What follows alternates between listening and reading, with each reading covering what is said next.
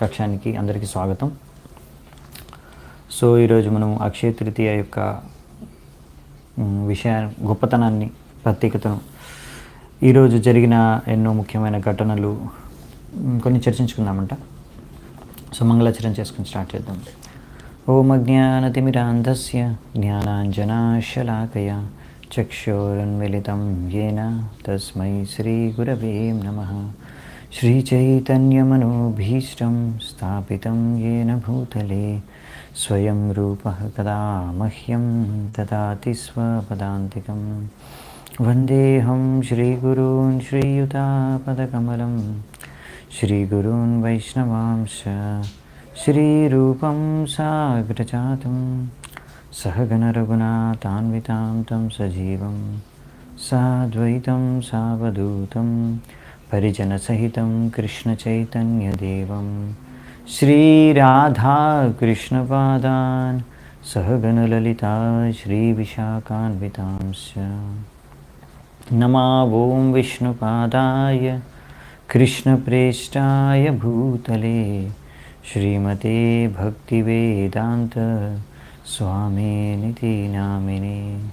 నమస్తే సారస్వతే దేవి గౌరవాణి ప్రచారిణే నిర్విశేష శూన్యవాది పాశ్చాత్యదేశతారిణే. నమో మహావదన్యాయ కృష్ణప్రేమప్రదాయతే కృష్ణాయ కృష్ణచైతన్య నామినే గౌరత్విషే నమః. హే కృష్ణ కరుణా సింధో దీనబంధో జగత్పతే గోపేశ గోపికా కాంత రాధాకాంత నమోస్తుతే. తప్తకాంచన గౌరాంగి రాధే వృందావనేశ్వరి వృషభానుసుతే దేవి ప్రణమామి హరిప్రియే. నీలాచలనివాసాయ నిత్యాయ పరమాత్మనే బలభద్ర సుభద్రాభ్యాం జగన్నాథాయ తే నమః. వాంఛాకల్పతరుభ్యశ్చ కృపాసింధుభ్య ఏవ చ పతితానాం పావనేభ్యో వైష్ణవేభ్యో నమో నమః. జయ శ్రీకృష్ణ చైతన్య ప్రభు నిత్యానంద శ్రీ అద్వైత గదాధర శ్రీవాసాది గౌరభక్తవృంద. హరే కృష్ణ కృష్ణ కృష్ణ హరే హరే హరే రామ రామ రామ హరే హరే. హరే కృష్ణ. సో ఈరోజు చాలా శుభదినము, అక్షయ తృతీయ. ఈరోజు కొన్ని చోట్ల రేపు, మా ఏరియాలో రేపు పడుతుంది. సో కొన్ని ఏరియాస్లో ఈరోజు 2 రోజుల్లో పడింది అక్షయ తృతీయ తిథి. సో మనకి శాస్త్రాల్లో చెప్పారు 3 తిథులు చాలా ప్రాముఖ్యమైనవి. ఈ 3 తిథులు చాలా శుభదినాలు. ఈ 3 తిథులు ఏంటంటే, ఒకటి ఉగాది, ఇంకొకటి విజయదశమి, ఇంకొకటి అక్షయ తృతీయ. ఎంత మంగళదాయకం అంటే, ఎంత శుభదినాలంటే, ఈరోజు మనము ఏదైనా శుభకార్యం కానీ, సత్కార్యం కానీ, మంచి కార్యం చేయడానికి మనము మొదలు పెట్టాలనుకుంటే దానికోసం మనం ఈరోజు ముహూర్తం చూడాల్సిన అవసరం లేదు. అంటే మొత్తం ఈ రోజంతా కూడా శుభదినమే అన్నమాట. ఏ టైంలో అయినా సరే, ఏ ముహూర్తంలో అయినా సరే మనము ఆ శుభకార్యాన్ని, మంచి కార్యాన్ని, సత్కార్యాన్ని మొదలుపెట్టవచ్చు.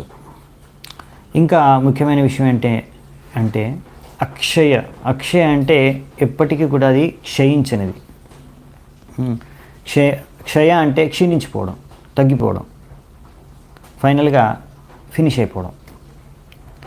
సో అక్షయ అంటే ఎప్పటికీ కూడా అది క్షీణించదు, క్షయం ఉండదు, ఇంకా ఎప్పుడు కూడా అది పెరుగుతూనే ఉంటుంది. సో ఈరోజు మీరు ఏ మంచి కార్యం, ఏ సత్కార్యం మీరు మొదలుపెట్టినా అది పెరుగుతుంది, వృద్ధి చెందుతుంది, అది కంటిన్యూ అవుతుంది. అది తగ్గిపోయి ఆగిపోదు, ఫినిష్ అయిపోదు, ముగిసిపోదు. సో అక్షయ అంటే ఎప్పటికీ కూడా ముగిసిపోదు, ఎప్పటికీ వృద్ధి చెందుతుంది అన్నమాట. సో ఈరోజు అందుకనే చాలామంది కూడా మామూలుగా అయితే ఎవరైతే భక్తులు కాదో బయట వాళ్ళు చాలామంది ఏంటంటే భౌతిక కోరికలు, భౌతిక ఆశలు ఉంటాయి. సో అవి పెంచుకోవాలి, ఇంకా పెరగాలి వాళ్ళు తీర్చుకోవడానికి. సో చాలామందికి డబ్బు ఆసక్తి ఉంటుంది. వాళ్ళు చాలామంది ఈరోజు బంగారం కొంటారు. ఈరోజు బంగారం కొంటే ఇంకా పెరుగుతుంది నా దగ్గర బంగారం, లేకపోతే ఎన్ని రోజుల పాటైనా బంగారం నా దగ్గర ఉంటుంది, ఇది ఎప్పుడు కూడా నేను పోగొట్టుకోను అనే అలాంటి ఉద్దేశంతో బంగారం కొంటారు, ఇంకా బంగారం పెరుగుతుంది నాకని. లేకపోతే కొంతమంది స్థలాలు కొంటారు, ఇల్లు కొంటారు. లేకపోతే ఈరోజు అన్ని శుభకార్యాలు కూడా చేస్తారు, గృహప్రవేశం కానీ, వివాహం, ఇలాంటి ఎన్నో శుభకార్యాలు కూడా ఈరోజు చేయాలనుకుంటారు. ఎందుకంటే అవి మళ్ళీ క్షీణించిపోకుండా, ముగిసిపోకుండా, తగ్గిపోకుండా అవన్నీ కూడా చాలా కాలం వరకు, దీర్ఘకాలం వరకు ఉండాలి, పెరగాలి, వృద్ధి చెందాలి అనే ఉద్దేశంతో. సో మనము భక్తులము, మనం ఏం చేయాలి మరి ఈరోజు అంటే, మనం ఈరోజు భక్తి కార్యాలు చేయాలి. సో మనం ఈరోజు భక్తి ఎక్కువగా చేయాలి. నవిధ భక్తి, శ్రవణం, కీర్తనం, స్మరణం, లేకపోతే జపం, ఇది యుగ ధర్మం. సో మనం ఈరోజు భక్తి బాగా చేసుకుంటే అది మనకి ఇంకా వృద్ధి చెందుతుందన్నమాట. ఇది ఒక మంచి రోజు. సో మనం ఇలాంటి సంకల్పం చేసుకొని ఏదైనా మంచి భక్తి కార్యాలు, లేకపోతే ఈరోజు తపస్య, ఏదైనా వ్రతం, అంటే నేను ఈరోజు నుంచి నేను భక్తి ఇలా చేసుకుందాం అనుకుంటున్నాను, పొద్దున్న తొందరగా లేచి జపం చేద్దాం అనుకుంటున్నాను, లేకపోతే రోజు భాగవతం చదువుదాం అనుకుంటున్నాను, అలాంటివి ఏమైనా సంకల్పం చేసుకొని స్టార్ట్ చేయొచ్చు. చాలా మంచి రోజు. సో మీరు అది అలా భక్తి పెంపొందించుకోవడానికి మనం ఈరోజు ప్రయత్నించి భక్తి కార్యాలు చేయాలన్నమాట. అప్పుడు భక్తులకి అది లాభదాయకం. అలాగే ఈరోజు దానం చేయాలనుకుంటే కూడా మంచి రోజు. సో ఈరోజు దానం చేస్తే కూడా మీకు చాలా లాభం వస్తుంది. చాలా శాస్త్రాల్లో, పురాణాల్లో ఇచ్చారు. ఈరోజు భగవంతుడికి కానీ, గోవులకు కానీ దానం చేస్తే చాలా లాభం, పుణ్యం, ఇంకా భక్తిలో కూడా ఎంతో ప్రగతి సాధిస్తారు అని చెప్పారు. ఈరోజు చాలా చాలా ముఖ్య కార్యాలు, ముఖ్య ఘటనలు జరిగాయి. ఈరోజు మహత్వము, ఎన్నో విషయాలు ఉన్నాయి ఈరోజు సంబంధించి. ఎన్నో రకరకాల శాస్త్రాలు, పురాణాల్లో, లేకపోతే కొన్ని స్థల పురాణాల్లో మన ఋషులు, మునులు చెప్పారు. సో నేను విన్నవి కొన్ని పరంపరలో నేను మీకు చెప్తాను. ఈరోజు చర్చించుకోవడానికి ప్రయత్నిద్దాము. సో ఈరోజు బ్రహ్మదేవుడు సృష్టి కార్యాన్ని స్టార్ట్ చేశారంట, అదొకటి. ఇంకా కొంతమంది అంటారు ఈరోజే సత్యయుగం కూడా స్టార్ట్ అయిందని అంటారు. కానీ త్రేతాయుగం మాత్రం ఈరోజు స్టార్ట్ అయిందంట. ఇదే రోజు, అక్షయ తృతీయ రోజు. సో త్రేతాయుగంలో యుగధర్మం వచ్చేసి త్రేతాయో యజతో మకై, త్రేతాయుగంలో యజ్ఞం చేయడం అనేది యుగధర్మం, అవునా. సో యజ్ఞంలో ఒక ముఖ్యమైన ఇంగ్రీడియంట్ యూజ్ చేసేది ఏంటంటే, మనం యజ్ఞంలో, హోమంలో వేయడానికి యూజ్ చేస్తాం బార్లీ. సో ఈ బార్లీ కూడా ఈరోజే సృష్టించబడిందంట. ఇంకా ఈరోజే కుబేరుడికి తన పదవి దక్కింది. లక్ష్మీదేవి ఈరోజే కుబేరుడికి అనంత సంపదను ప్రసాదించింది. సో కుబేరుడు మనకు తెలుసు, ఆయన ట్రెజరర్, కోశాగారి. సో దేవతలలో ఆయన బ్యాంకర్ లాగా. సో ఆయన దగ్గర మొత్తం డబ్బు, సంపద ఉంటుంది. సో ఈ కుబేరుడికి ఈరోజే ఆ సంపద, పదవి లభించిందనమాట. ఆయన ఈరోజే కుబేరుడిగా పదవిలో స్వీకరించాడు పదవిని. అలాగే ఇంకా చాలా ఇంపార్టెంట్ ఘటనలు జరిగాయి ఈరోజు. గంగాదేవి ఈరోజే పృథివీపైకి అవతరించింది, లేకపోతే ప్రవేశించింది. సో మనకి తెలుసు గంగాదేవి యొక్క ఆవిర్భావం యొక్క స్టోరీ, అవునా. మనము భాగవతంలో కూడా చదువుకుందాం, 5వ స్కందంలోనే వస్తుంది కొంచెం గంగాదేవి యొక్క స్టోరీ కూడా. సో భగవంతుడు వామన రూపంలో వచ్చినప్పుడు ఆయన బలి మహారాజు దగ్గరికి భిక్షాటనకి వెళ్తారు. ఆయన దగ్గర నుంచి 3 అడుగుల స్థలం అడుగుతారు. బలి మహారాజు అంగీకరిస్తాడు ఆయన ఇవ్వడానికి. సో అప్పుడు ఒక్క పాదంతోనే వామనావతారంలో ఉన్న శ్రీ విష్ణువు పైనున్న 7 లోకాలు, ఇంకొక పాదంతో కిందున్న 7 లోకాలు. సో మొత్తం బ్రహ్మాండాన్ని కవర్ చేస్తారు. సో ఇంకొక కాలు ఎక్కడ పెట్టాలంటే బలి మహారాజ్ తన తలకాయని ఇస్తారు, ఇంకా నా దగ్గర ఏం లేదని. సో అది మనకు తెలుసు స్టోరీ. అందులో ఆయన ఈ మొత్తం పైన ఉన్న 7 లోకాలని ఒక్క పాదంతో మొత్తం కొలుస్తారు. ఆ సమయంలో ఆయన పాదం పైకెత్తినప్పుడు ఆ పాదం ఒక పైన వేళ్ళు ఈ బ్రహ్మాండం యొక్క కవరింగ్ ఉంటుంది కదా, పొరల్ని చీల్చేసుకొని అక్కడ నుంచి పైన ఉన్న కారణ సముద్రం ఉంచుకొని జలాలు భగవంతుడి పాదాలని తాకి ఆ పాదాలని కడిగి ఆ జలాలు ఈ బ్రహ్మాండంలోకి ప్రవేశిస్తాయి. అదే గంగాదేవి, అదే గంగాజలం. ఆ జలాల్ని బ్రహ్మదేవుడు కూడా తన కమండలో తీసుకుంటారు. ఎందుకంటే ఇది చరణామృతం. భగవంతుడి చరణాలని స్పర్శించి భగవంతుడి చరణాలని తాకి దానికి అభిషేకం చేసి జలాలు ప్రవేశించాయి. సో అందుకని ఇందులో భగవంతుడి యొక్క పాదధూళి మిళితమైందనమాట. సో అందుకనే గంగ చాలా పవిత్రమైంది. సో ఈ గంగ ముందు బ్రహ్మలోకం స్వర్గలోకం వరకే ఉండేదన్నమాట. అది పృథ్వీలోకానికి రాలేదు ముందు ఈ గంగ. కానీ ఈరోజు పృథ్వీలోకానికి వచ్చింది. సో ఎలా వచ్చింది గంగ ఈరోజు పృథ్వీలోకానికంటే, ఇది ఒక స్టోరీ ఉంది, రామాయణంలో కూడా ఉంది, కొన్ని చోట్ల కూడా ఉంది, భాగవతంలో కూడా కొంచెం ఇచ్చారు. సో గంగాదేవి అక్కడ పైలోకాల్లోనే ఉంది, ఇంకా భూమి మీదకి రాలేదు. సో ఇక్కడ భూమి మీద పరిపాలిస్తున్నారు అప్పుడు సూర్యవంశపు రాజులు. సో ఆయన ఒక రాజు ఉండేవారు బహుక్ అని. ఆయనకి మొదటి భార్యకి గర్భవతి అయింది. సో మిగతా భార్యలందరూ కూడా ఈర్ష్య పొందారనమాట. అయ్యో ఈమె గర్భవతి అయింది, రేపు ఈ రాణికి జన్మించిన పుత్రుడు రాజు అవుతాడు, తర్వాత ఈమె రాజమాత పట్టరాణి అవుతుంది, రాజమాత అవుతుంది.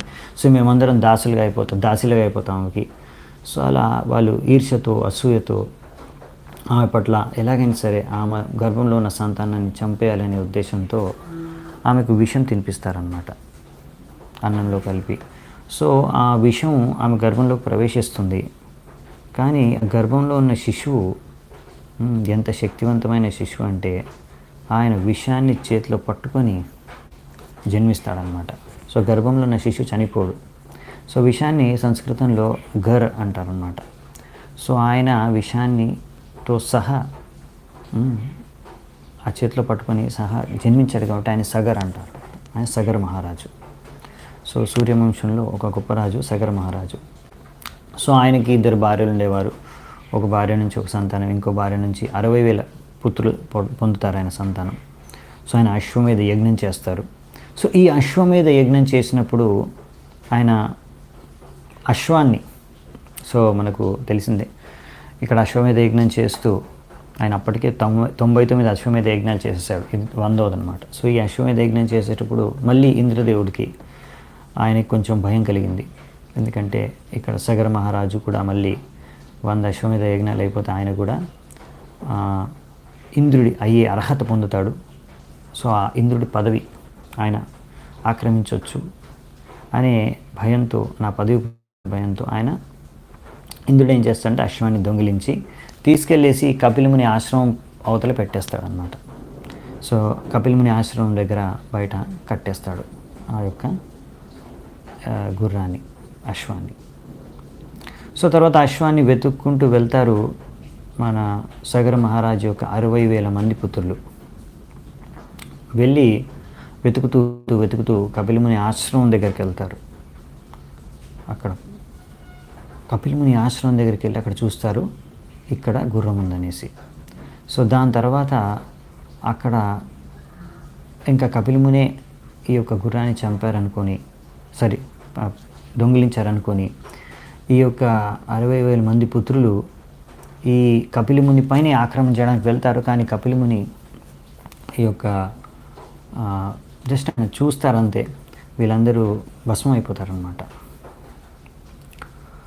సో భస్మం అయిపోతారు. దాని తర్వాత ఇది తెలిసిన సగర మహారాజు బాధపడుతూ ఆయన ఎంతో తపస్సు చేస్తారు. వాళ్ళని ఎలా ఉద్ధరించాలి, వాళ్ళందరూ ఇప్పుడు అకాల మృత్యు చెందారు. సో సరైన సద్గతి వాళ్ళకి పొందలేరు వాళ్ళు అనేసి ఆయన తపస్సు చేసుకుంటూనే ఆయన ఏ ఫలితం సాధించకుండానే ఆయన చనిపోతారు. దాని తర్వాత అసమంజస్ అయిన పుత్రుడు కూడా అలాగే వెళ్ళిపోతారు. దాని తర్వాత అంశుమాన్ ఆయన కూడా ఘోర తపస్సు చేస్తారు. కపిల ముని ప్రసన్నులయ్యి ఆయనకు చెప్తారనమాట, సరే మీ యొక్క ఈ పూర్వీకులు వీళ్ళు 60,000 మంది ఎవరైతే మీ పూర్వీకులు ఉన్నారో వాళ్ళందరికీ మోక్షం కలగాలి అంటే గంగా జలాల్లో వాళ్ళ అస్థికలు కలవాలి. గంగా జలాల్లో వాళ్ళ అస్థికలు కలిస్తే గంగాజలం వచ్చి ఇక్కడ ఇప్పుడు 60,000 మంది అస్థికలు ఇక్కడ పడున్నాయి. భస్మం అయిపోయిన శరీరం కానీ అస్థికలు ఉన్నాయి ఇంకా. సో వాటిపై నుంచి గంగాజలాలు వెళ్తే అప్పుడు వాళ్ళకి సద్గతి లభిస్తుంది. సరే అని అంశుమాను కూడా ఘోరమైన తపస్సు చేస్తాడు గంగను తీసుకురావడానికి. ఎందుకంటే గంగ లేదు అప్పుడు భూమి మీద, అదే సమస్య. సో గంగ స్వర్గంలో ఉంది. సో అక్కడ పైలోకాల నుంచి ఇప్పుడు గంగను తీసుకొని రావాలి భూమి మీదకి. సో దానికి తపస్సు చేస్తారు. కానీ ఆయన తపస్సు చేస్తూనే ఇంకా అది పూర్తి అవ్వకముందే, ఫలించకముందే ఆయన కూడా చనిపోతారు. తర్వాత ఆయన కుమారుడు దిలీప్ రాజు కూడా ఆయన పూర్వీకులు చేస్తున్న తపస్సుని, ప్రయత్నాన్ని, గంగను తీసుకురావడానికి ఆయన కూడా ప్రయత్నిస్తారు. సో ఆయన ప్రయత్నం చేస్తూ తపస్సు చేస్తూ ఆయన కూడా వెళ్ళిపోతారు. ఆయనకు కూడా కాలం అయిపోతుంది. దాని తర్వాత ఆయన పుత్రుడు భగీరథుడు వస్తాడు. సో మీరు వినే ఉంటారు పేరు భగీరథుడిది. సో భగీరథుడు తపస్సు, ఆయన కూడా కఠోరమైన తపస్సు చేసి గంగాదేవిని ప్రసన్నం చేసుకుంటాడు. సో గంగాదేవి ప్రత్యక్షమవుతుంది. ఆయన కోరుకుంటాడు, మీరు దయచేసి భూమి మీదకి రండి, ఇక్కడ మా పూర్వీకులు అస్థికలు ఉన్నాయి. సో వాళ్ళు అకాల మృత్యువు చెందారు. సో వాళ్ళ ఆత్మలు ఎక్కడున్నాయో వాళ్ళకి సరైన గతి లభించాలి, మోక్షం లభించాలి, సద్గతి లభించాలి. సో అది మీ జలాల ద్వారానే సంభవం. సో మీరు ఇక్కడ రావాలి, గంగాదేవిని పిలుస్తారు ఆయన. సో గంగాదేవి చాలా పెద్ద స్టోరీ ఎలా వచ్చింది గంగాదేవి అనేది మనం షార్ట్గా చెప్పుకుంటే. సో ఫైనల్గా గంగాదేవి అంగీకరిస్తుంది. తర్వాత అంటుంది, మరి నేను పైనుంచి ఇక్కడ పడితే నేను చాలా ఫోర్స్తో పడతాను. సో ఆ ఫోర్స్ పృథ్వీకి తట్టుకునే శక్తి లేదు, పృథ్వీ ముక్కలు అయిపోతుంది. సో ఆ ఫోర్స్ తట్టుకునే ఎవరో చూడు సో అని ఆమె చెప్తుంది. సో ఆయన భగీరథుడు శివుడికి అర్థం చేసి శివుడిని ఒప్పిస్తారు ఫైనల్గా. సో శివుడు అంగీకరిస్తాడు. ఎందుకంటే గంగాదేవి భగవంతుడి యొక్క పాదాలని స్పర్శించిన పవిత్ర జలాలు. సో అవి ఆయన తన తలపైన ధరించడానికి ఆయన ఒప్పుకుంటాడు. సో గంగాదేవి పైనుంచి చాలా ఫోర్స్ నుంచి వస్తుంది. సో శివుడు ఆ గంగాదేవిని తన జట ఉంటుంది కదా, ఆ జట లోపల బందీ చేసేస్తారనమాట ఆ ఫోర్స్ని. తర్వాత మెల్లిగా గంగాదేవిని అక్కడ నుంచి ఆ జట ఒక్కొక్కటి ఓపెన్ చేసి ఒక్కొక్క గంగాదేవి వదులుతారు. సో అక్కడ నుంచి జలాలు మనకి మెల్లిగా ఈ భూమి మీదకి అనేక ప్రాంతాలు కవర్ చేసుకుంటూ హిమాలయాల నుంచి వస్తుంది. గంగోత్రి, హరిద్వార్, రిషికేశ్, వారణాసి, ప్రయాగరాజ్ ఇవన్నీ కవర్ చేసుకుంటూ మనకి గంగాదేవి వస్తుంది. భగీరథుడు తీసుకొని వెళ్తుంటాడు. ఇప్పుడు కపిల ముని ఆశ్రమం దగ్గరికి తీసుకెళ్ళాలి. కపిల ముని ఆశ్రమం ఎక్కడుంది? ఇప్పుడు కూడా మనకుంది, కపిల ముని ఆశ్రమం ఉంటుంది. అది కొంచెం భూమి కింద లోకాల్లో ఉన్నట్టుంది. కానీ దాని కపిల ముని ఆశ్రమం అక్కడ పాయింట్ ఏ స్పాట్ అయితే అక్కడ ఉండేదో ముందు, అక్కడ కింద ఎక్కడ ఉండేదో అది గంగాసాగర్ దగ్గర ఉందన్నమాట. ఇది వెస్ట్ బెంగాల్లో పడుతుంది గంగాసాగర్. సో ఎక్కడైతే గంగా సాగరంలో కలుస్తుందో, మనకన్నీ తెలుసు అన్ని నదులు సాగరంలో కలుస్తాయి వెళ్ళి, అవునా? సో గంగా నది కూడా వెళ్ళి సాగరంలో కలుస్తుంది. ఆ సాగరంలో కలిసే పాయింటే గంగాసాగర్ అన్నమాట. సో అది కూడా పవిత్ర స్థలం. కపిల ముని ఆశ్రమం అక్కడే ఉంది. సో ఇక్కడ నుంచి గంగను భగీరథుడు తీసుకొని వెళ్తాడు. ఇప్పుడు నేను కూర్చున్న వెనకాల నుంచే గంగ యాక్చువల్లీ భగీరథుడు తీసుకొని వెళ్తారు. ఇదే ఏరియా నుంచి తీసుకెళ్తారు. ఇప్పుడు మాయాపూర్ నుంచి గంగ మాయాపూర్లో కూడా ఉంది. సో అక్కడ నుంచి మాయాపూర్కి వస్తుంది పైనుంచి. సో మాయాపూర్ నుంచి ఇక్కడ నుంచి కోల్కతాకి వెళ్తుంది. కోల్కతా క్రాస్ చేసి కోల్కతా సిటీ మధ్యలోంచి గంగ వెళ్తుంది. వెళ్ళి డైరెక్ట్గా ఫైనల్గా అక్కడికి, ఇక్కడ మధ్యలో దగ్గరలో ఒక రోడ్డు కూడా ఉంది, భగీరథి రోడ్ అని. అక్కడ నుంచి భగీరథుడు గంగను తీసుకొని వెళ్తుంటే భగీరథుడి ఒక రథం కూడా చక్రం కూడా అక్కడ బాతుకుపోతుంది అన్నమాట భూమిలో. సో అందుకే దాన్ని ఆ ప్లేస్ని ఇప్పుడు కూడా చక్దా అంటారు, అంటే చక్రదాహ, చక్రం అక్కడ భూమిలో ఇరుక్కుపోయిందని. సో అందుకే ఆ ప్లేస్ని చక్రదాహ, ఇప్పుడు అది చక్దా అయిపోయింది. సో అది టౌన్ అనమాట అక్కడ. సో అక్కడ మంచి టెంపుల్, జగన్నాథ్ టెంపుల్ కూడా ఉంది. సో అక్కడ నుంచి భగీరథుడు, ఇప్పుడు ఆ రోడ్డును కూడా భగీరథి రోడ్ అంటారు ఇప్పుడు కూడా దాని పేరు. సో భగీరథుడు ఈ గంగను తీసుకొని గంగా సాగరంకి తీసుకెళ్ళాడు అనమాట. అంటే కపిలముని ఆశ్రమం దగ్గరికి తీసుకెళ్ళాడు. అక్కడ నుంచి అక్కడ వెళ్ళి గంగాసాగరంలో కలుస్తుంది. అక్కడ వాళ్ళ దాని లోపలికి వెళ్ళి అక్కడ ఎక్కడైతే వాళ్ళు అస్థికలు ఉన్నాయో వాటన్నిటిని కూడా గంగాదేవి తన జలాలతో శుద్ధం చేసేస్తుంది. వాళ్ళందరికీ మోక్షం లభిస్తుంది. సో ఈ విధంగా గంగాదేవి కూడా ఈరోజు భూమి మీదికి అవతరించిందనమాట. ఈరోజు ఇంకొక ప్రత్యేకత ఏంటంటే, ఈరోజు పరశురాముడి యొక్క ఆవిర్భావ దినం. పరశురామ అవతారం, పరశురాముడి యొక్క అవతారం భగవంతుడి యొక్క శక్తావేశ అవతారం. పరశురాముడు ఎందుకు అవతరించాడు అంటే, ఇప్పుడు భగవంతుడి శక్త్యావేశ అవతారాన్ని తీసుకుంటారు ఏదైనా ఒక విశేష కార్యాన్ని చేయడానికి. ఇప్పుడు వ్యాసదేవులు కూడా శక్తావేశ అవతారం. ఆయన ముఖ్య కార్యం ఏంటి? వేదశాస్త్రాలన్నింటినీ రచించడం. సో లిటరరీ ఇన్కార్నేషన్ అంటారు అనమాట వ్యాసదేవుల్ని.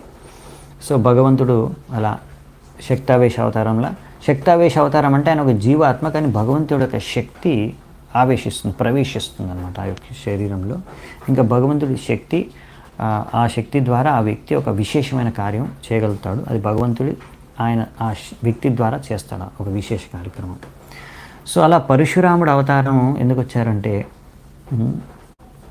సో ఆయన క్షత్రియుల్ని 21 సార్లు 21 జనరేషన్స్ క్షత్రియుల్ని మొత్తం భ్రమణ చేస్తూ ఈ భారతదేశం అంతా కూడా క్షత్రియుల్ని 21 సార్లు వధించారు.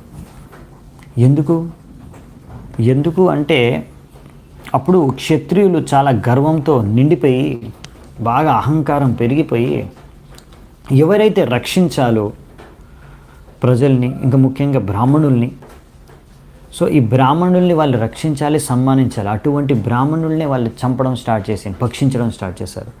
సో చాలా అహంకారం పెరిగిపోయింది క్షత్రియులని. కానీ వాళ్ళకు మంచి బుద్ధి చెప్పాలి, గుణపాఠం చెప్పాలని పరశురాముడు, పరశు అంటే యాక్స్, అది ధరించి దాంతో పరశుతో క్షత్రియుల్ని 21 సార్లు వధించాడనమాట.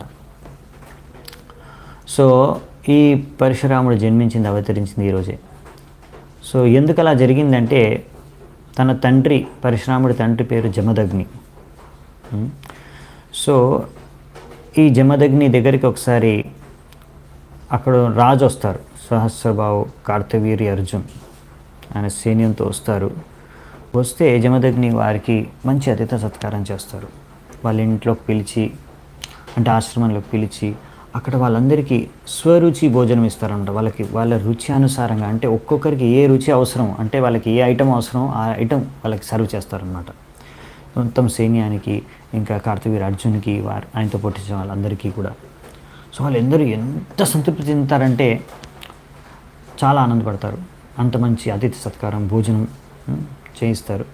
సో కార్తవీర్య అర్జున్కి సందేహం కలుగుతుంది, అరే ఇతను ఒక మామూలు బ్రాహ్మణుడు, ఋషి, ఈ జమదగ్ని, ఇతను, నేను రాజమహల్లో కూడా ఇలాంటి సువిధ మాకు లేదు, మా రాజమహల్లో కూడా అందరికీ నేను స్వరుచి, అంటే ఎవరి రుచి అనుసారంగా వారికి భోజనం పెట్టే ఆ సామర్థ్యం కానీ అటువంటి అవకాశం నాకు రాజమహల్లో కూడా లేదు. ఇతను ఒక గుడిసెలో ఉంటున్నాడు, ఇతను నాకు, నా సైన్యాన్ని అందరికీ ఎంత మంచి భోజనం, స్వరుచి, ఆ రుచి అనుసారంగా భోజనాన్ని అందించారు. అసలు ఈ అద్భుతం ఎలా చేయగలిగాడు అని అడుగుతారు. అసలు మీరు ఎలా చేయగలిగారు, ఎలా సాధ్యమైంది కానీ. అప్పుడు జమదగ్ని అంటాడు, నా దగ్గర కామధేను ఆవు ఉంది. సో ఆవు యొక్క కృప, గోమాత కృప ద్వారా నేను మీ అందరికీ భోజనం అరేంజ్మెంట్ ఏర్పాట్లు చేయగలిగాను. సో అప్పుడు వెంటనే కార్తవీర్య అర్జున్ అంటాడు, అయితే అది నాకు కావాలి, కామధేను నీకెందుకు, నాకు అవసరం ఉంది, నేను తీసుకొని వెళ్ళిపోతాను అనేసి, తర్వాత అప్పుడు ఆ సంఘర్షణలో ఆయన జమదగ్ని చంపేస్తాడు. అలా చంపేసి ఆవును తీసుకెళ్ళిపోతారు. సో పరశురాముడు అప్పుడు ఇంట్లో లేడు. తర్వాత పరశురాముడు వస్తాడు. అప్పుడు వచ్చినప్పుడు చూస్తాడు, అక్కడ వాళ్ళ అమ్మ ఛాతీతో ఇలా కొట్టుకొని ఏడుస్తుంది అన్నమాట. 21 సార్లు కొట్టుకుంటుంది ఛాతీని, ఏడుస్తుంది. ఏమైంది, ఎందుకు ఏడుస్తున్నావు అని అడిగితే జరిగిందంతా చెప్తుంది అన్నమాట. సో అప్పుడు వెళ్ళేసి పరశురాముడు వెంటనే ఈ కార్తవీర్య అర్జుని యొక్క రాజ్యానికి వెళ్ళి ఆయన సహస్రబాహు 1000 చేతులన్నింటినీ కోసి పారేస్తారు, ఆయన చంపి పారేస్తారు. ఇంకా ఎంతోమంది అడ్డుకున్న వాళ్ళందరినీ కూడా చంపేస్తారు. అలా అక్కడి నుంచి ఈ క్షత్రియులందరినీ 21 సార్లు వధిస్తారు. సో తర్వాత ఇది పరశురాముడి యొక్క అవతారం. సో అలా సమాజంలో క్షత్రియులు అరాచకాలు పోయినప్పుడు వాళ్ళని కంట్రోల్ చేయడానికి భగవంతుడు ఇలా శక్తవేష అవతారంలో పరశురాముడు అవతారంలో వస్తారన్నమాట. ఇంకా ఈరోజే దుర్గాదేవి కూడా మహిషాసురుణ్ణి వధించిందంట. ఇంకా ఇంకొక ఇంపార్టెంట్ ఘటన ఏంటి ఈరోజు అంటే, కృష్ణ సుధామలు కలిశారు ఈరోజు ద్వారకాలో. సుధామ కృష్ణుని కలుస్తారు ద్వారకాలో ఇదే రోజు, అక్షయ తృతీయ రోజు.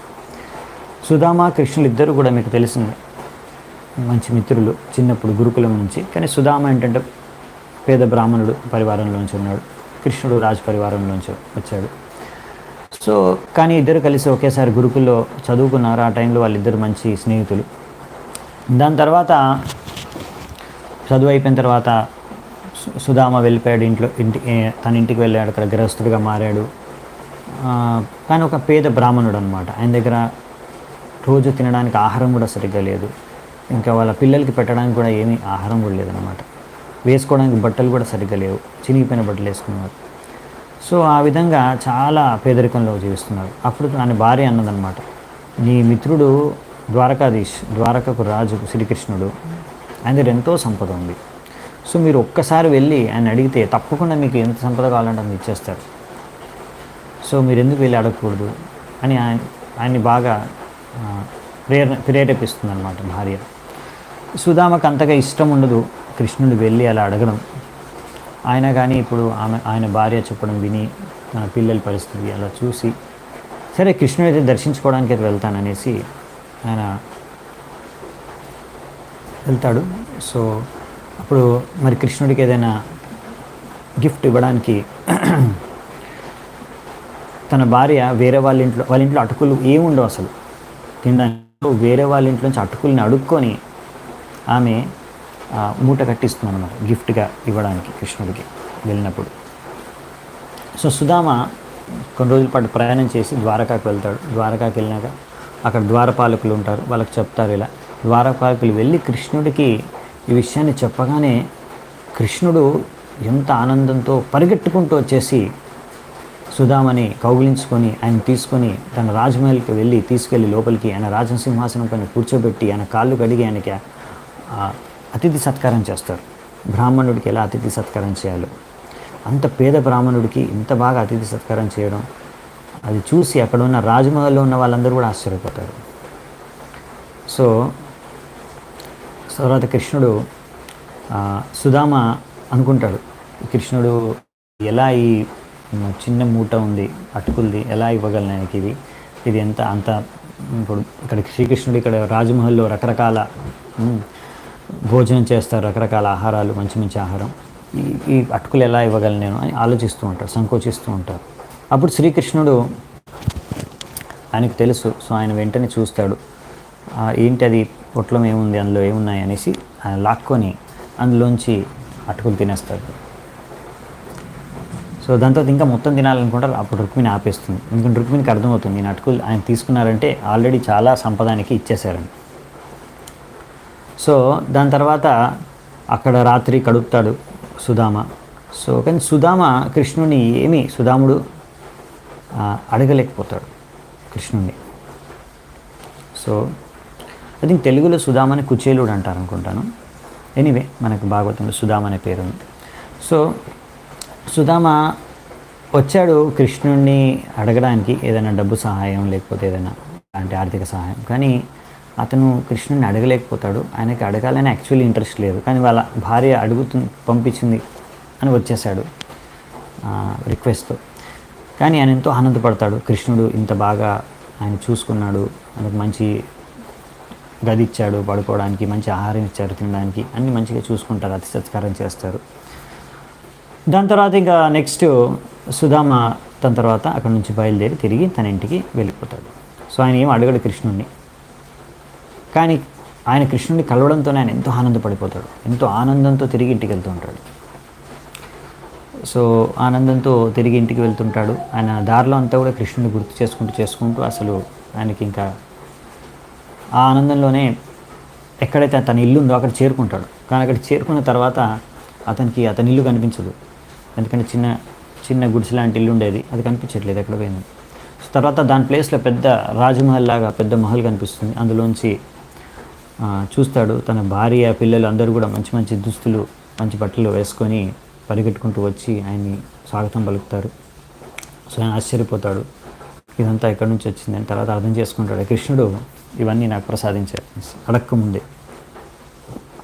ఎందుకంటే కృష్ణుడు పరమాత్మ, ఆయనకు అన్నీ తెలుసు. ఇంకొకటి ఏంటంటే కృష్ణుడు ఆయన ఏమనుకుంటాడంటే, అయినా కానీ కృష్ణుడు ఇంత ఆయన భక్తవాత్సల్యత ఏంటంటే ఇదంతా సుధాముడికి ఇచ్చినా కానీ ఆయన అనుకుంటాడు, నేను సుధాముడిది రుణం ఎప్పుడు నేను అసలు ఆయనకి నేనేమి ఇవ్వగలను. ఎందుకంటే సుధాముడి దగ్గర ఏమీ లేదు, వాళ్ళ ఇంట్లో ఏం లేదు, తినడానికి ఏం లేదు. అయినా కానీ వేరే వాళ్ళ దగ్గర నుంచి అడుక్కొని మరీ అటుకుల్ని తీసుకొచ్చి ఇచ్చారు. అటువంటిది అంటే అతని దగ్గర ఏమీ లేదు, అయినా కానీ నాకు ఇవ్వడానికి బయట నుంచి అడుక్కొని మరి నాకు ఇచ్చారు గిఫ్ట్. నా దగ్గర ఇంత ఉంది. సో కృష్ణుడు అనుకున్నాడు, సో నేను ఎంత ఇచ్చినా తక్కువే. ఎందుకంటే ఆయన దగ్గర లేకున్నా కానీ అడుక్కొని ఇచ్చాడు, నా దగ్గర ఎంత ఉంది కాబట్టి నేను మొత్తం ఇచ్చినా కానీ తక్కువే. అందుకే మొత్తం ఇచ్చేద్దాం అనుకున్నాడు, కానీ రుక్మిణి ఆపేసింది. సో అయినా కానీ చాలా సంపద కృష్ణుడు సుధాముడికి ఇస్తాడు ఈరోజు. సో ఇదంతా సుధామ కృష్ణ జరిగింది ఈరోజే. సో ఇది కృష్ణుడి యొక్క భక్తవాత్సల్యతని మనం అర్థం చేసుకోవచ్చు.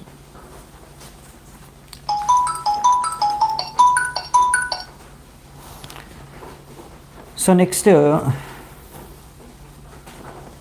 ఇంకొక ముఖ్యమైన ఘటన ఈరోజు జరిగింది ఏంటంటే, వ్యాసదేవులు మహాభారతాన్ని ఈరోజే గణేశుడి ద్వారా రచించారు, గణేశుడి సహాయంతో. సో వ్యాసదేవుడు మహాభారతం రచించాలనుకున్నారు, సంకల్పించారు, రాద్దామనుకున్నారు. సో ఇప్పుడు వ్యాసదేవ్ ఏంటంటే ఆయన కంపైల్ చేస్తారు, ఆయన రచయిత మనకు తెలిసిందే.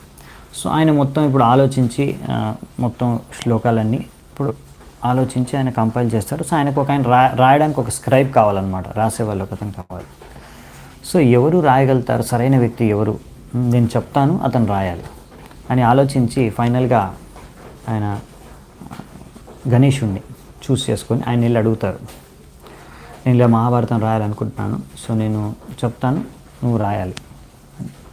సో గణేశుడు అంటాడు, ఒక షరతు పెడతాడనమాట, అంగీకరిస్తాడు కానీ ఒక షరతు.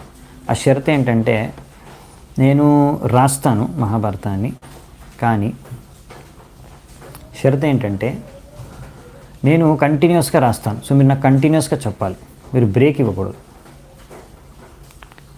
సో మరి వ్యాసదేవ్ ఆలోచిస్తాడు, ఇది కొంచెం డిఫికల్టే, ఒక్కొక్కసారి నేను ఆలోచించి శ్లోక కంపైల్ చేయాలి, సో ఒక్కొక్కసారి టైం పట్టవచ్చు, లేకపోతే ఒకసారి నేను ఆలోచించడానికి కొంచెం బ్రేక్ ఇవ్వాల్సి రావచ్చు, మరి ఏం చేద్దామనేసి సరే దానికి ఇంకొక ఉపాయం ఆలోచించి వ్యాసదేవ్ ఏం చెప్తాడంటే గణేశుడికి, సరే నేను నీకు శ్లోకాలు చెప్తాను, నువ్వు రాయి కంటిన్యూస్ చెప్తాను, కానీ నువ్వు ప్రతి శ్లోకాన్ని అర్థం చేసుకొని రాయాలి, అర్థం చేసుకోకుండా శ్లోకం రాయకూడదు అంటే సరే అనేసి గణేశుడు కూడా ఒప్పుకొని, ఇక్కడ బద్రీనాథ్లో ఉంది, బద్రీనాథ్లో వ్యాస గుఫ ఉంది వ్యాసదేవుడిది, దాని దగ్గరలోనే గణేశుడి గుఫ కూడా ఉంది. సో అక్కడే వ్యాసదేవ్ కూర్చొని ఆయన ఈ మహాభారతాన్ని ఈరోజే స్టార్ట్ చేశారు రచించడం, ఆయన చెప్పేవారు. సో గణేశుడు రాయడం స్టార్ట్ చేశారు. సో వ్యాసదేవ్ ఫస్ట్ ఆయన స్టార్ట్ చేశారు మహాభారతం చెప్పడం, శ్లోకాలు చెప్పేసేవారు. కానీ ఒక్కొక్కసారి ఇప్పుడు నేను కొంచెం ఆలోచించుకోవాలి అంటే ఈజీగా ఉండే శ్లోకాలు ఈజీగానే చెప్పేసేవారు, కంపైల్ చేసేవారు, ఈజీగా గణేశుడు అర్థం చేసుకొని రాసేసేవారు టక. సో తర్వాత ఎప్పుడైతే ఒక్కొక్కసారి వ్యాసదేవుడికి కొంచెం నేను ఇప్పుడు ఆలోచించాలి, కొంచెం దీర్ఘంగా ఆలోచించి కంపైల్ చేయాలనుకున్నప్పుడు కొంచెం టఫ్ శ్లోకాలు కంపైల్ చేసి, అంటే అర్థం చేసుకోవడానికి కొంచెం కఠినంగా ఉండే విధంగా కంపైల్ చేసి ఇచ్చేవారు అనమాట గణేశుడికి. సో గణేశుడు కొంచెం టైం పట్టేది అది అర్థం చేసుకొని రాసేవాడు. ఆ టైంలో నెక్స్ట్ ఏం కంపైల్ చేయాలో శ్లోకాన్ని అది ఆలోచించుకునేవాడు వ్యాసదేవుడు. ఆ విధంగా ఈ మహాభారతం అనేది ఈరోజు గణేశుడు రచించాడు, వ్యాసదేవుడు ఈరోజు ఆయనకు చెప్పారు. ఈరోజు స్టార్ట్ అయిందన్నమాట. సో ఇది కూడా ఈరోజు అక్షయ తృతీయ రోజు జరిగింది. సో ఇంకా ఈరోజే సూర్యదేవుడు ద్రౌపదికి అక్షయ పాత్రను ఇచ్చారు. ఎందులో అయితే ఎంత కావాలంటే అంత భోజనం తయారవుతుంది. ఎప్పటివరకు అంటే ద్రౌపది భోజనం చేసేంతవరకు ఆ రోజుకి. మళ్ళీ రేపు నెక్స్ట్ డే సూర్యోదయం అయినప్పుడు మళ్ళీ భోజనం తయారవుతుంది ఎంత అంటే అంత. సో ఆ రోజు మళ్ళీ ద్రౌపది ఆ రోజు భోజనం పూర్తి చేసుకునేంత వరకు అది ఎంత అంటే అంత ఆహారాన్ని భోజనాన్ని ఉత్పన్నం చేస్తుంది. సో ఎందుకంటే ఇప్పుడు వాళ్ళు వనవాసంలో ఉన్నారు. వనవాసంలో యుధిష్ఠిర మహారాజు, పాండవులు, ద్రౌపదియే కాకుండా యుధిష్ఠిర మహారాజుతో పాటు ఎంతోమంది బ్రాహ్మణులు కొంతమంది కూడా ఉన్నారనమాట ఆయనతో పాటు. ఎందుకంటే ఆయనతో పాటు వాళ్ళు కూడా వనవాసంలో వచ్చి అక్కడ నివసిస్తారు. సో వాళ్ళందరికీ కూడా మరి భోజనం ఏర్పాట్లు చేయడానికి ఇది ఉపయోగపడుతుంది. ఇంకా అలా సో ఆ సమయంలో ఒకసారి ఏం జరుగుతుందంటే దుర్వాసుముని దుర్యోధనుడి యొక్క రాజమహల్కి వెళ్తారు హస్తినాపురంలో. ఇప్పుడు దుర్వాసుముని అంటే అందరికీ తెలుసు. దుర్వాసుముని ఆయన తొందరగా ఆయనకి కోపం వచ్చేస్తుంది. కోపం వచ్చేసిందంటే తొందరగా శ్రాపం కూడా పెట్టేస్తారు. అలాగే ఒకవేళ ఆయన సంతృప్తి చెందితే, ప్రసన్నుడవుతే ఆయన వరాలు కూడా ఇచ్చేస్తాడు. సో ఇది తెలిసిన దుర్యోధనుడు చాలా జాగ్రత్తగా, మామూలుగా ఆయన సొంతంగా ఎప్పుడు సేవలు చేయడు ఋషులకు, మునులకి, అంత అతిథి సత్కారం. కానీ ఇక్కడ మాత్రం ఎప్పుడైతే ఆయన తెలుసుకున్నాడో దుర్వాసుముని మన రాజమహల్కి వచ్చారు అతిథి, కానీ వెంటనే వెళ్ళేసి స్వయంగా అన్ని సేవలు దుర్వాసుమునికి దుర్యోధనుడు స్వయంగా చేశాడు భయంతో. ఇంకొక ప్లాన్ కూడా ఉండన్నమాట దుర్యోధనుడికి. నేను కనుక బాగా సేవ చేస్తే ప్రసన్నుడు చెందితే ఆయన నాకు వరం ఇస్తాడు, అప్పటి నుంచి నేను అప్పుడు మంచి వరం కోరుకోవచ్చు అని ఆ ప్లాన్ కూడా ఉంది. సో అతను ఎంతో బాగా సేవ చేస్తాడు దుర్వాసుమునికి. సో దుర్వాసుముని చాలా ప్రసన్నుడు అవుతాడు దుర్యోధనుడితో. ఎంత బాగా సేవ చేసావు, నేను చాలా ప్రసన్నుడయ్యాను నీ సేవకి, నేను నీకేమైనా వరం ఇవ్వాలనుకుంటున్నాను, కోరుకోను. సో దుర్యోధనుడు అంటాడు, నాకేం అవసరం లేదు, నాకు మీరు ఎంత కృప, మీరు ఇక్కడికి వచ్చి మీ అందరు 60,000 మంది శిష్యులతో నా దగ్గరకు వచ్చి ఎంత కృప చూపించారు నా పైన, ఇంకేం కావాలి నాకు, నా జీవితం ధన్యమైపోయింది. కాకపోతే నా సోదరులు పాండవులు వాళ్ళు పాపం అడవిలో వనవాసంలో ఉన్నారు, అడవిలో నివసిస్తున్నారు. సో వాళ్ళకి మీ కృప లభించలేదు. నా కోరిక ఏంటంటే ఇదే కృప మీరు నాకు ఎలా ప్రసాదించారో అలాగే మీరు కూడా వాళ్ళు ఎక్కడైతే ఉన్నారో వనవాసంలో అడవిలో మీ 60,000 మంది శిష్యుల్ని తీసుకొని ద్రౌపది భోజనం చేసిన తర్వాత మీరు వాళ్ళ ఆశ్రమానికి వెళ్ళండి. సో ఇదే కృపను నాకు ఇచ్చినట్టు అవకాశాన్ని, మీకు సేవ చేసుకునే అవకాశాన్ని వాళ్ళకు కూడా ప్రసాదించండి అనేసి దుర్యోధనుడు కోరుకుంటాడు దుర్వాసుని. దుర్వాసుని చాలా సంతోషపడి, సరే చాలా తప్పకుండా నీ కోరిక తీరుస్తాననేసి దుర్వాసుని 60,000 మంది శిష్యుల్ని తీసుకొని ద్రౌపది భోజనం చేసిన తర్వాత వాళ్ళు ఉన్న చోటికి వెళ్తారు వనంలో. సో వాళ్ళు దుర్వాసుని చూడగానే యుధిష్ఠిరం వాళ్ళకి స్వాగతం పలికి, సరే మీకు అందరికీ నేను భోజనం ఏర్పాట్లు చేసేస్తాను, మీరు స్నానం చేసి దగ్గరలో ఉన్న నదిలో స్నానం చేసేసరండి అని చెప్తారు. సరే అనేసి దుర్వాసుని ఆయన 60,000 మంది శిష్యుల్ని తీసుకొని దగ్గరలో ఉన్న నదికి వెళ్తారు స్నానం చేయడానికి. వెళ్ళిన తర్వాత ఇక్కడ యుధిష్ఠిర మహారాజు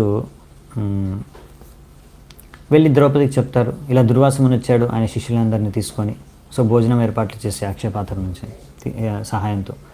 సో అప్పుడు ద్రౌపది చెప్తుంది, నేను ఆల్రెడీ భోజనం చేసేసాను, సో ఈరోజు ఇంకా అక్షయ పాత్ర అందులోంచి మనకి ఏం ఆహారం భోజనం లభించదు అని. సో వాళ్ళు పెద్ద సమస్యలో పడిపోయారు. ఎందుకంటే వాళ్ళకి తెలుసు ఇప్పుడు దుర్వాసుని ఆయన కోపం వస్తే మరి శాపం ఇచ్చేస్తాడు. సో ఎలా అని సమస్యలో పడిపోయినప్పుడు ద్రౌపది కృష్ణుడిని ప్రార్థించుకుంటుంది, కృష్ణుడిని పిలుస్తుంది రమ్మని సహాయం చేయడానికి. సో వెంటనే కృష్ణుడు అక్కడ ప్రత్యక్షమైపోతాడు. కృష్ణుడు అక్కడ ప్రత్యక్షమైపోయి వెంటనే అడుగుతాడనమాట ద్రౌపది, నాకు చాలా ఆకలిస్తుంది, నాకు తినడానికి ఏమంటే ఇవ్వు అని. సో ద్రౌపదికి ఆమె సిగ్గుతో తలదించుకొని, అసలు మేము పిలిచిందే మా ఆపదలో ఉన్నామని పిలిచాము, ఇక్కడ దుర్వాసుని ఇంకా వాళ్ళ శిష్యుని తీసుకొచ్చారు, వాళ్ళకి భోజనం పెట్టడానికి మా దగ్గర లేదు, ఇప్పుడు అందుకనే మేము మిమ్మల్ని పిలిచాము, మీరు వచ్చి ఇలా అడిగేశారు, ఇప్పుడు మేము ఏం చేయాలి. సో కృష్ణ అంటాడు, ఏం కంగారు పడకు, అక్షయ పాత్ర నా దగ్గర తీసుకొనిరా అంటాడు.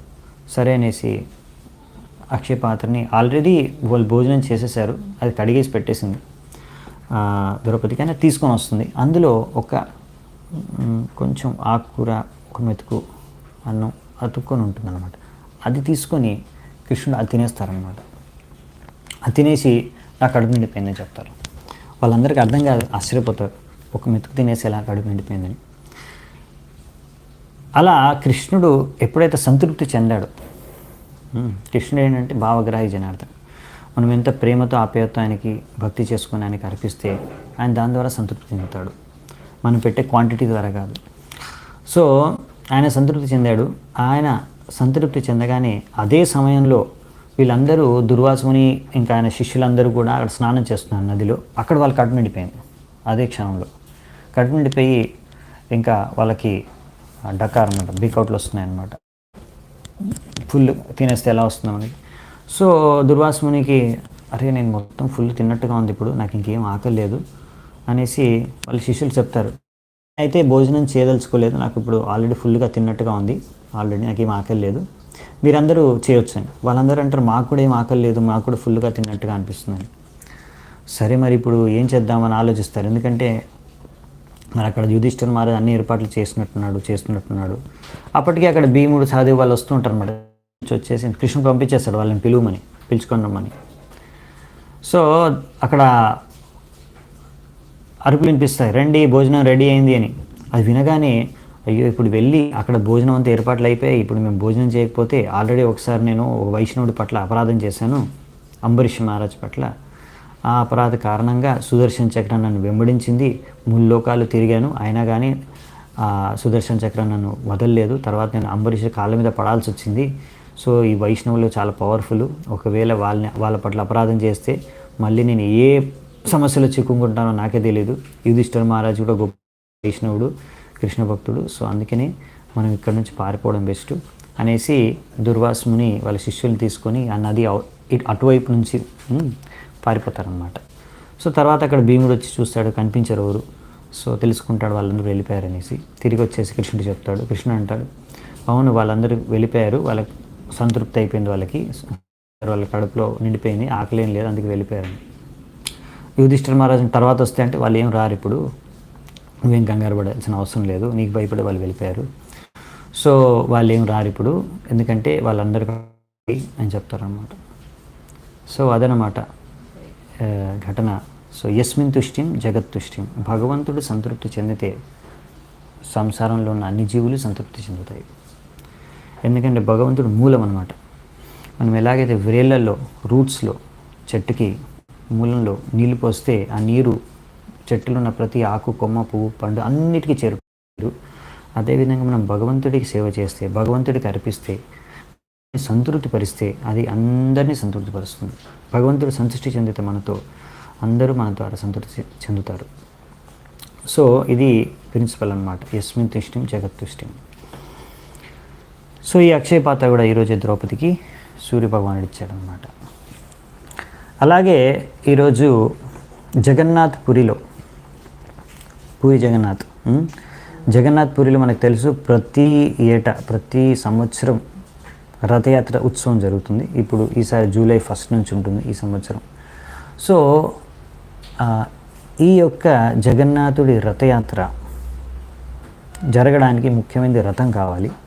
సో ఆ రథం యొక్క కన్స్ట్రక్షన్, నిర్మాణం ఈరోజు అక్షయ తృతీయ రోజు మొదలవుతుంది. సో 3 రథాలు, జగన్నాథుడి రథం, బలదేవుడి రథం, సుభద్ర రథం. సో జగన్నాథుడి రథం పేరు నందిఘోష్, బలదేవుడి రథం పేరు తాళధ్వజ్, అలాగే సుభద్రామాత యొక్క రథం పేరు వచ్చేసి దర్పదలం. సో ఇవన్నీ కూడా 3 రథాలని కూడా కన్స్ట్రక్షన్ ఈరోజే స్టార్ట్ అవుతుందన్నమాట. ప్రతి సంవత్సరం కొత్త రథాలని తయారు చేస్తారనమాట, ప్రతి సంవత్సరం. సో దానికి చాలా పెద్ద ప్రాసెస్ ఉంది. ఎలా వాళ్ళు ఏ చెట్లను ఐడెంటిఫై చేస్తారు, ఏ చెట్ల నుంచి తీసుకొస్తారు, ఎలా రథం స్టార్ట్ అవుతుంది, కన్స్ట్రక్షన్ స్టార్ట్ అవుతుంది, మొత్తం పెద్ద ఫెస్టివల్. సో కన్స్ట్రక్షన్ మాత్రం ఈరోజు నుంచే స్టార్ట్ అవుతుంది. సో అంతేకాకుండా జగన్నాథ్ పురిలో ఈరోజు నుంచి చందన యాత్ర కూడా స్టార్ట్ అవుతుందన్నమాట.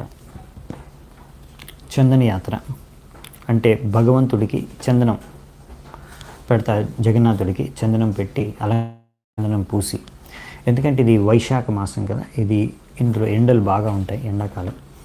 సో అందుకనే ఈ చల్లదించే చందనాన్ని పూస్తారనమాట. ఇది జగన్నాథుడు యొక్క ఆజ్ఞ ప్రకారం ఇంద్రదుమ్న మహారాజ్ సమయం నుంచి ఇది నడుస్తుంది. సో ఇది చాలా పెద్ద ఫెస్టివల్, మామూలు ఫెస్టివల్స్ కన్నా కూడా మొత్తం 42 రోజులు నడుస్తుంది. 42 డేస్ 42 డేస్ ఈ యొక్క ఫెస్టివల్, చందనయాత్ర ఫెస్టివల్ నడుస్తుంది అన్నమాట. చందనం జగన్నాథుడికి రాస్తారు, పూస్తారు. సో మామూలుగా చందనయాత్ర వచ్చేసి అన్ని కృష్ణుడు విష్ణువు మందిరాల్లో ఈ సమయంలో జరుగుతుంది. కొన్ని చోట్ల ఒకరోజు ఈరోజే పూస్తారు, కొన్ని చోట్ల వారం రోజులు, కొన్ని చోట్ల 5 రోజులు, కొన్ని చోట్ల 21 రోజు, ఒక్కొక్క చోట్ల ఒక్కొక్కలా. కానీ అన్ని చోట్ల కూడా చందనయాత్ర అనేది ఈరోజు నుంచి మొదలవుతుంది. సో మనము మామూలుగా మన గౌడీ వైష్ణవులం, మనం కూడా చందనయాత్ర సెలబ్రేట్ చేస్తాము. సో ఈ చందనయాత్ర ఎలా సెలబ్రేషన్ స్టార్ట్ అయింది అనేది మన గౌడీ వైష్ణవ పరంపరలో మన మాధవేంద్రపురి ద్వారా శ్రీకృష్ణుడు కోరుకుంటాడు చందనం. సో అది స్టోరీ మొత్తం నేను చైతన్య చరితామృతంలో ఉంది, మాధవేంద్రపురి మా ఆచార్యులది. సో ఆ స్టోరీ నేను మొత్తం కూడా ఆల్రెడీ లాస్ట్ ఇయర్ చెప్పాను. సో అవి లింక్స్ నేను ఆల్రెడీ మన వాట్సాప్ గ్రూప్లో పోస్ట్ చేశాను, మీరు వినొచ్చు, చూసుకోవచ్చు. అన్ని శ్లోకాలతో సహా ఎక్స్ప్లెయిన్ చేశాను అక్కడ నేను చైతన్య చరితామృతం నుంచి. సో అక్కడ ఎలా కృష్ణుడు గోవర్ధన్లో ఆయన లుప్తమైపోయి ఉండేవాడు, అంటే అక్కడ కొంతమంది ఈ ముస్లిం వాళ్ళు అటాక్ చేసినప్పుడు రాజులు వారి నుంచి కాపాడడానికి ఆ విగ్రహాన్ని, గోపాల విగ్రహాన్ని దాచేశారు. అది ఒక పుంజలో దాగి ఉండే. సో అక్కడ మాధవేంద్రపురి అక్కడికి వెళ్ళినప్పుడు కృష్ణుడు ఆయన కల్లోకి వచ్చేసి, గోపాలుడు నేను ఇక్కడ ఉన్నాను, నన్ను బయటికి తీసి స్థాపించి నాకు మందిరం కట్టి నాకు విగ్రహార్థన చేసి నైవేద్యం పెట్టి నన్ను ఆరాధించు, పూజించు, నీ ద్వారా పూజింపబడడానికి ఇన్ని రోజుల నుంచి నేను ఇక్కడే వెయిట్ చేస్తున్నాను అని చెప్తారు. వెంటనే అది ఆ కళలో విని వెంటనే ఆయన మాధవేంద్రపురి ఆ విగ్రహాన్ని స్థాపిస్తారు గోవర్ధనం దగ్గర. అక్కడ దాని తర్వాత ఆయన పూజ చేస్తారు, ఎంతో గ్రాండ్గా నైవేద్యం అర్పిస్తారు. సో చాలా వైభవంగా జరుగుతుంది. సో దాని తర్వాత ఒకరోజు మళ్ళీ కల్లో వచ్చేసి చెప్తారు, ఇప్పుడు వేసవికాలం వచ్చేసింది, నాకు చాలా ఎండ తగులుతుంది, వేడిగా ఉంది. సో నాకు చల్లదనాన్ని, చందనం, మలయ చందనం నాకు అర్పించి నువ్వు నాకు మలయ చందనం రాయి, దానికి నువ్వు మలయ చందనం ఎక్కడ లభిస్తుందంటే జగన్నాథ్పురి దగ్గర. సో అక్కడికి వెళ్ళి మలయ చందనం తీసుకొని రా అని చెప్తారు. అప్పుడులో మరి మనకి వెహికల్స్ ఏం లేవు, ఫ్లైట్, ట్రైన్ ఏం లేవు అన్నమాట. అప్పుడు నడుచుకుంటూనే వెళ్ళి బృందావనం దగ్గర నుంచి జగన్నాథ్పురి వరకు నడుచుకుంటూ వెళ్తారు. నడుచుకుంటూ వెళ్ళి దారిలో ఒక చోట ఆగుతారు. ప్రయాణం చేస్తున్నప్పుడు రెమున అని బాలాసూర్ దగ్గర ఒరిస్సాలో అక్కడ గోపీనాథ్ మందిరం ఉంటుంది, అక్కడ ఆగుతారు. అక్కడ ఆ సమయంలో ఒక చాలా ఫేమస్, అక్కడ ఏంటంటే భగవంతుడికి ఒక నైవేద్యం అర్పిస్తారు, ఖీర్ మిల్క్ ఐటమ్. సో అది చాలా ఫేమస్ అన్నమాట. అది భోగ నైవేద్యం జరిగేటప్పుడు ఇలా ఆలోచిస్తారు మాధవేంద్రపురి, ఇదే నేను కనుక రుచి చూస్తే, ఎవరైనా నాకు ఇది ఖీర్ని తెచ్చిస్తే నేను దానికి ఒకవేళ రుచి చూడగలిగితే, అదే అలా ఎలా ఉంటుందో తెలుసుకొని ఆ రుచి చూసి అలాంటి కీరే నేను కూడా నా గోపాలుడికి అక్కడ నైవేద్యం పెట్టుకుంటాను అనుకుంటారు. కానీ మళ్ళీ అనుకుంటారు, ఇంకా నైవేద్యం పూర్తవలేదు, నేను ఇలా ఆలోచిస్తున్నానండి తప్పుగా, అసలు నా ఆలోచనే సరికాదు అనేసి అక్కడి నుంచి వెళ్ళిపోతారు వెంటనే. అలా వెళ్ళిపోయినప్పుడు రాత్రిపూట గోపీనాథ్ అక్కడ పూజారి కల్లో వచ్చి, నిన్న భక్తుడైన మాధవేంద్రపురి కోసం ఒక ఖీర్ యొక్క ఒక పాట్ని నేను దొంగతనం చేశాను, దాచిపెట్టుంచాను అక్కడ నా ఒక దుస్తుల వెనకాల. సో నువ్వు వెళ్ళి ఇప్పుడే ఆ ఖీర్ యొక్క ఒక పాత్ర ఖీర్ ఉంది, ఆ పాత్ర ఖీరుని తీసుకువెళ్ళి మాధవేంద్రపురి ఎక్కడున్నాడో వెతికి వెంటనే ఆయనకి ఇవ్వు, ఆయన కోసమే నేను దొంగిలించాను అంటాడు. సో అందుకనే ఆ రోజు నుంచి ఆ విగ్రహం పేరు వచ్చేసి ఖీర్ చోర్ గోపీనాథ్ అనమాట. సో పూజారి అలాగే రాత్రిపూట కళ్ళలోంచి లేచి, నిద్రలోంచి లేచి వెళ్ళి నిజంగా అక్కడికి వెళ్ళి చూస్తారు, విగ్రహం దగ్గర నిజంగా దాచిపెట్టి ఉందన్నమాట ఒక పాట్ ఖీర్. ఆయన వెళ్ళి మార్కెట్లో వెతుకుతారు, ఎక్కడ ఉన్నారని గట్టిగా అరిచి, ఎక్కడున్నావా మాధవేంద్రపురి, నీకోసం గోపీనాథుడు ఖీర్ దొంగతనం చేశాడు అండ్ తర్వాత మాధవేంద్రపురి వచ్చి అది నేనే అంటే ఆయన కీర్ ఇస్తారనమాట పాట్. సో మాధవేంద్రపురి ఆ కీర్ తినేస్తారు. ఆ పాట్ని కూడా మొత్తం ముక్కలు ముక్కలు చేసేసి పెట్టుకుంటారు. రోజు కొంచెం కొంచెం తిని ఉండేవారు, ఎందుకంటే భగవంతుడి మహాప్రసాదం. సో కానీ ఆయన ఆలోచిస్తాడు, అరే ఇక్కడ నేను ఉంటే అందరికీ తెలిసిపోతుంది నేను నా కోసం భగవంతుడు కీర్ దొంగతనం చేశాడని. సో ప్రతి ఒక్కరూ ఇంకా నా దగ్గరికి వస్తారు, నన్ను ప్రశంసించడం, ఇదంతా ఆయనకు నచ్చుతాను. అంటే ఇంత నాకు ప్రశంస, ఇంత ప్రఖ్యాతి నాకు అవసరం లేదు వెంటనే ఇక్కడ నుంచి. ఎందుకంటే భగవంతుడి భక్తులు ఏంటంటే నమ్రత భావనతో ఉంటారు. వాళ్ళు ఏవి ఆశించరు అనమాట, ప్రఖ్యాతి, పేరు ప్రఖ్యాతులు. సో దానికి దూరంగానే ఉంటారు. సో అందుకనే మాధవేంద్రపురి వెంటనే అక్కడ నుంచి నేను వెళ్ళిపోదాం అనుకొని వెంటనే రాత్రి అర్ధరాత్రి బయలుదేరి వెళ్ళిపోతారనమాట. ఆయన పూరి చేరుకునే లోపు ఆయన గురించి అప్పటికే పూరికి అందరికీ తెలిసిపోతుంది ఎంత గొప్ప భక్తుడు, ఆయన కోసం భగవంతుడే కీరు దొంగతనం చేశాడని. వెంటనే రాజు అందరూ వచ్చేసి ఆయనకి సత్కారం చేసి, నీవు ఏ కార్యం మీదకి వచ్చావో దయచేసి చెప్పండి, మేము ఎలా మీకు సేవ చేసుకోగలమని. అప్పుడు ఆయన చెప్తాడు, ఇలా నాకు భగవంతుడు కళ్ళు వచ్చి చెప్పాడు గోపాలుడు బృందావనంలో చందనం కావాలని, ఆయనకి చందనం రాయాలి, ఆయనకి వేడి కలుగుతుంది వేసవి కాలంలో అంటే. సరే అనేసి ఆయనకు కావాల్సిన చందం, కర్పూరు అంతా ఎంత మోతాదులో కావాలో అంతా కూడా అరేంజ్ చేసి దానికి కొంచెం భటుల్ని పెట్టి ట్రాన్స్పోర్ట్ అరేంజ్మెంట్ చేసి మొత్తం పంపిస్తారు ఆయనకన్నీ. అలా తీసుకొని ఆయన వెళ్తూ ఉంటాడు. దారిలో మళ్ళీ రిటర్న్లో కూడా పూరి నుంచి మళ్ళీ బృందావనం వెళ్ళే దారిలో మళ్ళీ రమణ వస్తుంది, కీర్చోర్ గోపీనాథ్ మందిరం. అక్కడికి వెళ్ళి మళ్ళీ దర్శనం చేసుకుంటారు.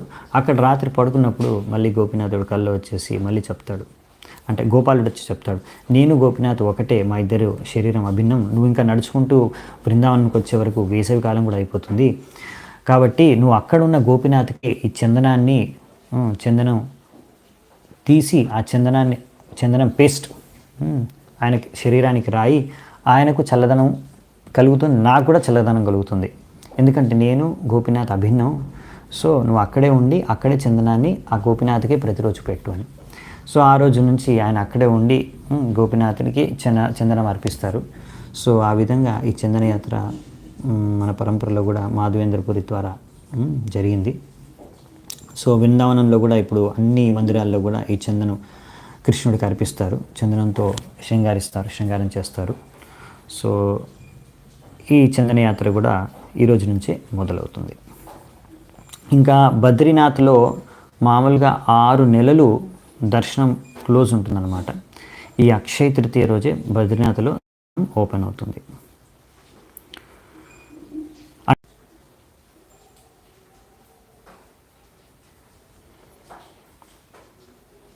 హరే కృష్ణ. ఓకే, సో 6 నెలలు దర్శనం క్లోజ్ ఉన్నప్పుడు దేవతలు నారదముని పూజిస్తారు. తర్వాత ఈ రోజే దర్శనం ఓపెన్ అవుతుంది బద్రీనాథ్లో కూడా, ఈ అక్షయ తృతీయ రోజే. ఇదొకటి. ఇంకో ఇంపార్టెంట్ ఘటన ఏంటంటే ఈరోజు మనకు ఇస్కాన్కి సంబంధించి శిల ప్రభుపాదుల వారు ఇస్కాన్ స్థాపించడం కన్నా ముందు భారతదేశంలో కూడా చాలా ప్రయత్నించారు ఒక సంస్థను ప్రచారం చేయడానికి, కృష్ణ చైతన్యం ప్రచారం చేయడానికి, స్థాపించడానికి. సో ఆయన మొదటగా ఝాన్సీలో లీగ్ ఆఫ్ డివోటీస్ అని ఒక సంస్థను స్థాపించారు. అది కూడా ఈరోజే అక్షయ తృతీయ రోజు. ఇంకా చాలామందికి తెలుగు వాళ్ళకి తెలుసు అనుకుంటాను, ఈరోజు సింహాచలంలో నిజరూప దర్శనం ఉంటుంది.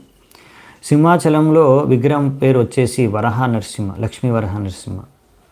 స్పెషాలిటీ ఏంటంటే ఆయన రూపంలో వరహ అవతారం, ఇంకా నరసింహ అవతారం, ముఖమేమో వరహ దేవుడిది, శరీరం మనిషి, ఇంకా నరసింహస్వామిది ఉంటుందన్నమాట.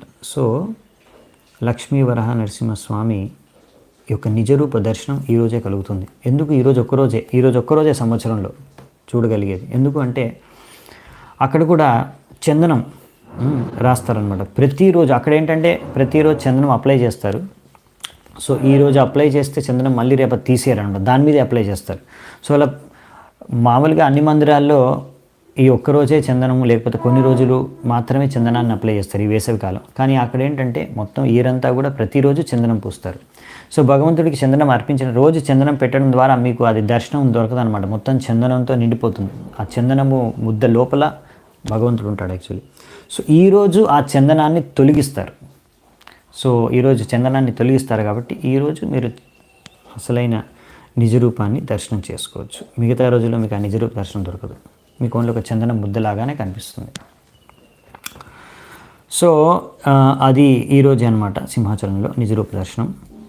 ఇంకా అంతేకాకుండా చాలా మందిరాల్లో నౌకా విహార్ అంటే ఇది వేసవి కాలం కాబట్టి ఈ రోజు నుంచి నౌకా విహార్ ఉత్సవం కూడా జరుగుతుంది. మా మందిరంలో కూడా చేస్తాం, మాయాపూర్లో కూడా చేస్తాం, వివిధ మందిరాల్లో చేస్తారు. భగవంతుడికి చల్లగా ఉండాలనేసి నౌకలో బోట్లో అక్కడ దగ్గరలో ఉన్న జలాశయంలో, పాండ్లో, పుకుర్లో కానీ అక్కడ నదిలో తిప్పుతారనమాట. భగవంతుని విహారం చేయిస్తారు. అలాగే అందులోనే ఆరాధన చేస్తారు, పూజ చేస్తారు, భోగ నైవేద్యం అర్పణ చేస్తాము. సో ఈ విధంగా భగవంతుడికి ఒక మంచి ఆహ్లాదం, ఆనందం ప్రదానం చేయడానికి ఈ విధంగా నౌకా విహార ఉత్సవం కూడా చేస్తారు. సో అది కూడా ఈరోజు నుంచి మొదలవుతుంది. ఇంకా కృష్ణుడు ఉన్నప్పుడు ఇది అరేంజ్మెంట్ విరాట రాజు ఆయన యొక్క రాజ్యంలో చేశాడు. ఎందుకంటే మనకు తెలుసు మహాభారతంలో ఈ పాండవులందరూ ఒక వనవాసం 12 సంవత్సరాలు, 1 సంవత్సరం అజ్ఞాతవాసం చేయాల్సి వచ్చింది. అప్పుడు ఆ అజ్ఞాతవాసంలో వాళ్ళు విరాటుడి ఒక రాజ్యంలో విరాట్ రాజు దగ్గర వాళ్ళు పేరు, రూపం, వేషం మార్చుకొని అక్కడ వివిధ కార్యాల్లో చేసుకుంటూ ఆయన రాజ్యంలో దాగి ఉన్నారన్నమాట 1 సంవత్సరం. సో ఒక సమయంలో ఫైనల్గా ఎప్పుడైతే విరాటుడికి తెలిసిపోయిందో వీళ్ళు పాండవులు నా దగ్గర ఉన్నారని, అప్పుడు ఆయనకు తెలుసు ఈ పాండవులు కృష్ణుడికి చాలా ప్రియమైన భక్తులు. సో అందుకే ఆయన కోరుకున్నారనమాట. సో ఇలా మీరు మహాభక్తులు, కృష్ణుడికి చాలా ప్రియం.